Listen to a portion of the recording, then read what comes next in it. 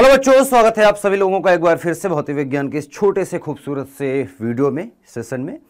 तो आज हम नेक्स्ट चैप्टर अर्थात विद्युत चुम्बकीय प्रेरण चैप्टर के इम्पॉर्टेंट टॉपिक जानने वाले हैं जो आपके एग्जाम में पूछे जाते हैं, या मैं ये कहूँ कि जहाँ जहाँ से एग्जाम में क्वेश्चन बनते हैं इस चैप्टर के अंदर से। विद्युत चुम्बकीय प्रेरण वाला जो चैप्टर है काफ़ी इंपॉर्टेंट चैप्टर है, तो इस चैप्टर से जहाँ से भी क्वेश्चन बनते हैं एग्जाम में या जहाँ से बन सकते हैं वो टॉपिक कौन कौन से हैं वो आज हम जानेंगे। जैसा कि अभी तक हमने चैप्टर नंबर 1 से चैप्टर नंबर 5 तक जाना था, वैसे ही कुछ इसमें भी हम इस चैप्टर का जानने वाले हैं जो कि है चैप्टर नंबर 6। तो चैप्टर का नंबर ही हमने एनसीईआरटी के हिसाब से किया है, ठीक है। आपके हो सकता है बुक में चैप्टर का नाम आगे पीछे कहीं हो, अगर कोई दूसरी बुक आप फॉलो करते हैं तो चैप्टर का नाम है बेटा विद्युत चुम्बकीय प्रेरण। विद्युत चुम्बकीय प्रेरण, विद्युत चुम्बकीय प्रेरण अर्थात electromagnetic induction, electromagnetic induction EMI इसको बोलते हैं। तो ये जो चैप्टर है, इस चैप्टर का अगर हम बताएं तो लेखा जोखा आपको, वैसे तो बहुत सारी तरह की वीडियो हमने इस चैप्टर की आपको बता रखी हैं। वन शॉट रिवीजन हो, चाहे फिर MCQs हो, चाहे फिर डेरिवेशन हो, सारा हो चुका है इस चैप्टर का। इंपॉर्टेंट टॉपिक कुछ अभी बचे हैं जो जैसे थ्योरेटिकल टॉपिक हो सकते हैं कुछ, तो उनकी बात कर लेते हैं। तो अगर मैं बात करूँ इस चैप्टर का जो पूरा लेखा जोखा है, तो इस चैप्टर में 3 चीज़ें हैं कुल मिला के, 4 चीज़ें एक्चुअली, 4 चीज़ें हैं, मेन 4 चीज़ें हैं। पहला जो चीज़ पूछी जाती है आपके एग्जाम में, पहला जो टॉपिक आता है वो है यहाँ पर बेटा, वो है सबसे इंपॉर्टेंट फैराडे एवं लेंज का नियम। ये एक बहुत ही ज़्यादा पूछे जाने वाला, बहुत ही ज़्यादा इंपॉर्टेंट मैं कह सकता हूँ टॉपिक है। फैराडे और लेंज का नियम बहुत बार है, या हम कह सकते हैं हर एग्ज़ाम में आप देखेंगे, हर साल आपके एग्ज़ाम में चाहे छोटा सा 1 नंबर का ही प्रश्न हो लेकिन रहता है, चाहे 1 नंबर का हो, चाहे 2 नंबर का, चाहे 3 नंबर का। 3 नंबर से बड़ा नंबर का प्रश्न नहीं बनता इससे, तो छोटे नंबर से लेके 3 नंबर तक के आसपास का ये टॉपिक बन जाता है आपका, जब फैराडे के दोनों नियम पूछे या लेंज का नियम भी उसमें पूछ ले, तो इस प्रकार से, ठीक है।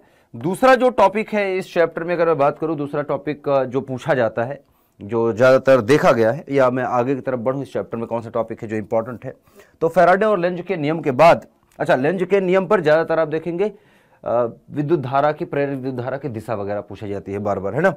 नेक्स्ट टॉपिक है बेटा स्वप्रेरण।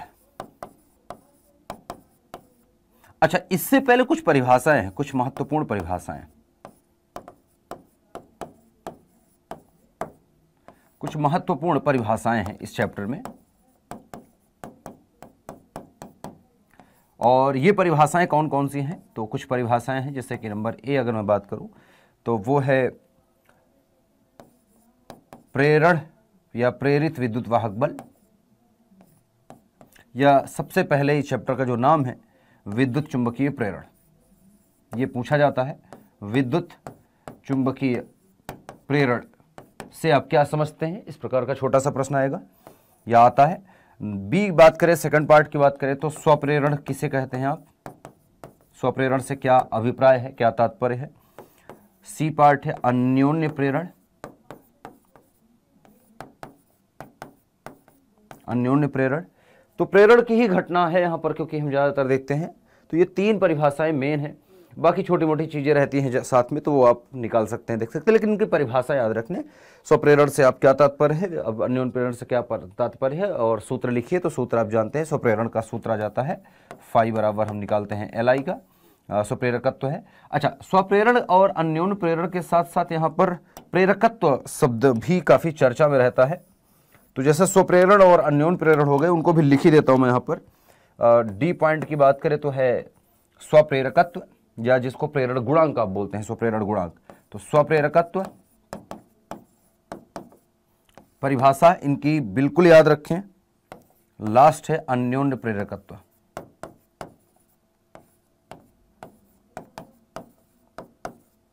ठीक है।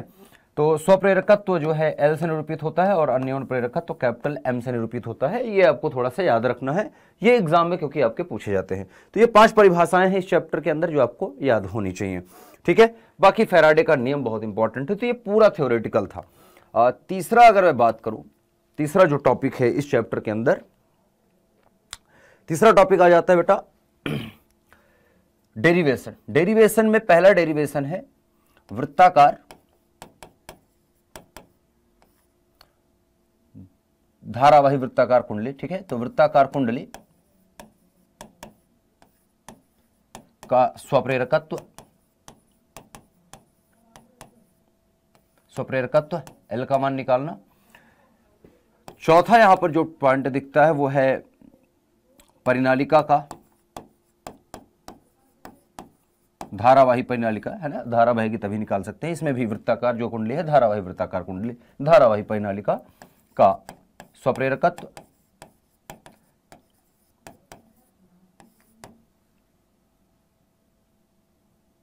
ठीक है, और पांचवा पॉइंट है यहां पर स्वप्रेरकत्व के बाद अन्योन्य प्रेरकत्व हो जाता है। ज्यादा स्वप्रेरकत्व है नहीं, परिनालिका और वृत्ताकार कुंडली सिलेबस में है।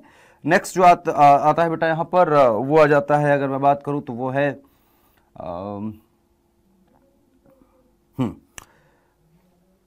यहां पर एक परिभाषा छूट गई है और वो है चुंबकीय फ्लक्स।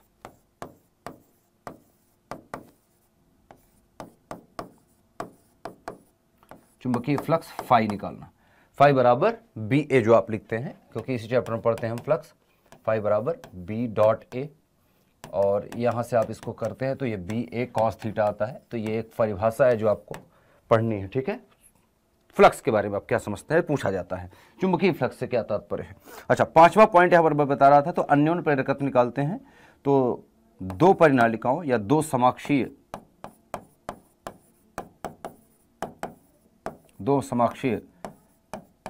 परिनालिकाओं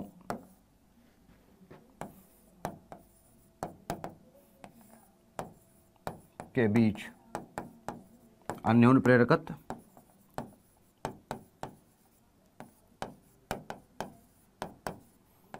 और लास्ट जो डेरिवेशन बचता है बेटा, छठवां जो डेरिवेशन है इस चैप्टर में, मतलब चौथा जो डेरिवेशन है वो है स्वप्रेरकत्व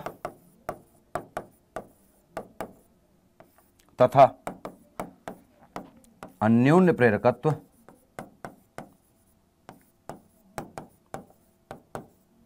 में संबंध। ठीक है, अर्थात आप बोल सकते हैं कि ये मैं कह रहा हूं जो वो है m बराबर square root of L1 L2।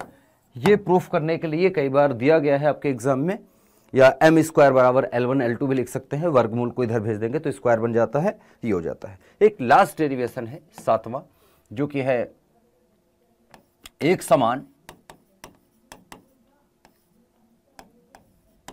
चुंबकीय क्षेत्र में गतिशील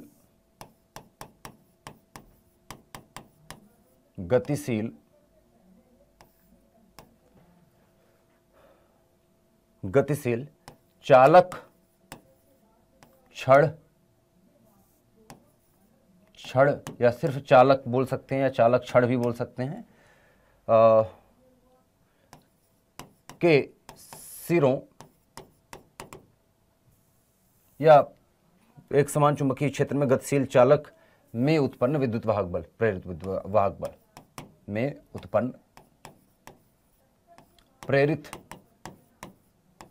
विद्युत वाहक बल। तो ये निकालने के लिए बोला जाता है, जहां पर हम जानते हैं कि E बराबर आता है IBL साइन थीटा। तो ये एक डेरिवेशन है और ये अपने आप में एक अलग सा डेरिवेशन है, बहुत इंपॉर्टेंट सा डेरिवेशन है, याद रखेंगे।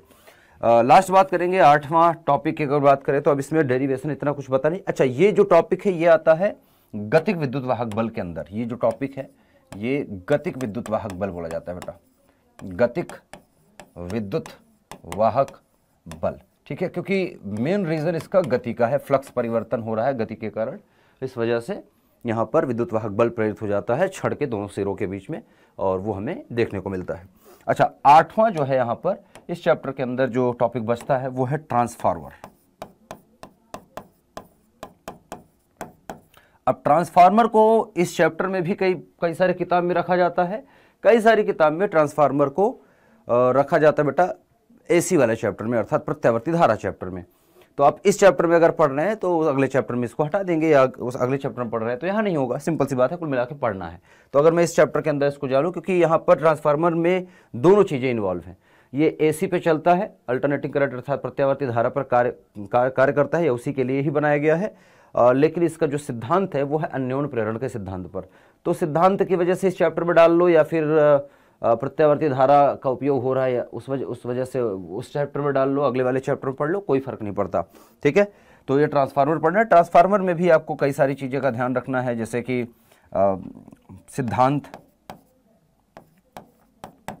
सिद्धांत क्या है, प्लस इसके प्रकार क्या हैं,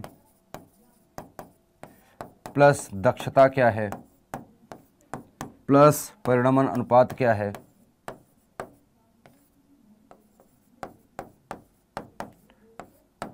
प्लस ठीक है शक्ति हानि क्या है, पावर लॉस जो होता है, शक्ति हानि के कारण या ऊर्जा हानि के कारण, शक्ति हानि बल्कि ऊर्जा हानि, ट्रांसफार्मर में जो ऊर्जा में हानि होती है उनके कारण, और प्लस निवारण इसका। ठीक है, तो ठीक है, शक्ति ऊर्जा हानि के निवारण, तो निवारण लिख देता हूँ, समझ में आ जाएगा। निवारण मतलब कैसे करें कि ये ना हो, शक्ति हानि ना हो। तो ये ताम्र हानि, भंवर धारा, वो सब चीज़ें यहाँ पर आ जाती हैं। तो भंवर धारा भी इसी टॉपिक के अंदर है। तो भंवर धारा को इतना नहीं, बल्कि भंवर धारा इसी के अंदर आ जाती है। निवारण में या कारण में ही भंवर धारा यहाँ पर आ जाती है। तो भंवर धारा एक अलग से टॉपिक भी है जिसको आपको याद रखना है। तो भंवर धारा को याद रखें। बाकी कुछ है नहीं इसमें, बेसिक से चैप्टर है, बहुत छोटा चैप्टर है। मैं उम्मीद करता हूँ कि ये वीडियो में आप समझ पाएंगे कि क्या क्या पढ़ना है, इस चैप्टर में क्या है, और इसको आप फॉलो करिएगा और इस हिसाब से पढ़ाई करिएगा। 7-8 टॉपिक है, 8 टॉपिक बने हैं लेकिन है नहीं। एक टॉपिक ये हो गया, ट्रांसफार्मर अलग सा, एक मशीन हो गई, ये एक हो गया अलग टॉपिक, अलग सा है। बाकी ये सभी एक ही जैसे हैं, अन्योन प्रेरण और स्वप्रेरण 2 टॉपिक ये हो गए। तो 3 टॉपिक हो गए, या प्रेरण की बात करें, और ये 4 टॉपिक। तो 4 टॉपिक हो गए। हालांकि ये सब एक ही से रिलेटेड है। प्रेरण का नियम यहाँ से स्टार्ट होता है और ये सब प्रेरण के नियम पे ही है यहाँ तक, और ये अलग हो गया। तो 3 टॉपिक ही ऐसे बड़े टॉपिक में देखेंगे तो 3 टॉपिक है, अन्योन प्रेरण, स्वप्रेरण और ट्रांसफार्मर, और जो नियम है प्रेरण का। ठीक है, फैराडे ने दिया था। तो बस इतना ही है। तो इस चैप्टर में बस इतना ही। नेक्स्ट चैप्टर के लिए फिर से एक छोटी सी वीडियो आपको मिल जाएगी।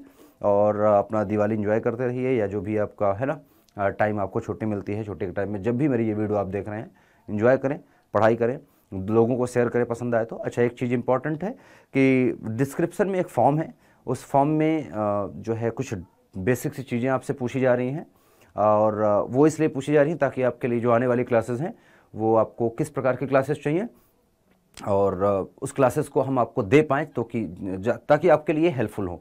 तो वो फॉर्म जरूर फिल कर देना, फॉर्म खोल लेना, डिस्क्रिप्शन में लिंक है, उसको क्लिक करोगे, फॉर्म खुल जाएगा, उसको भर देना। ठीक है, तो फिर मिलेंगे, तब तक के लिए जय हिंद।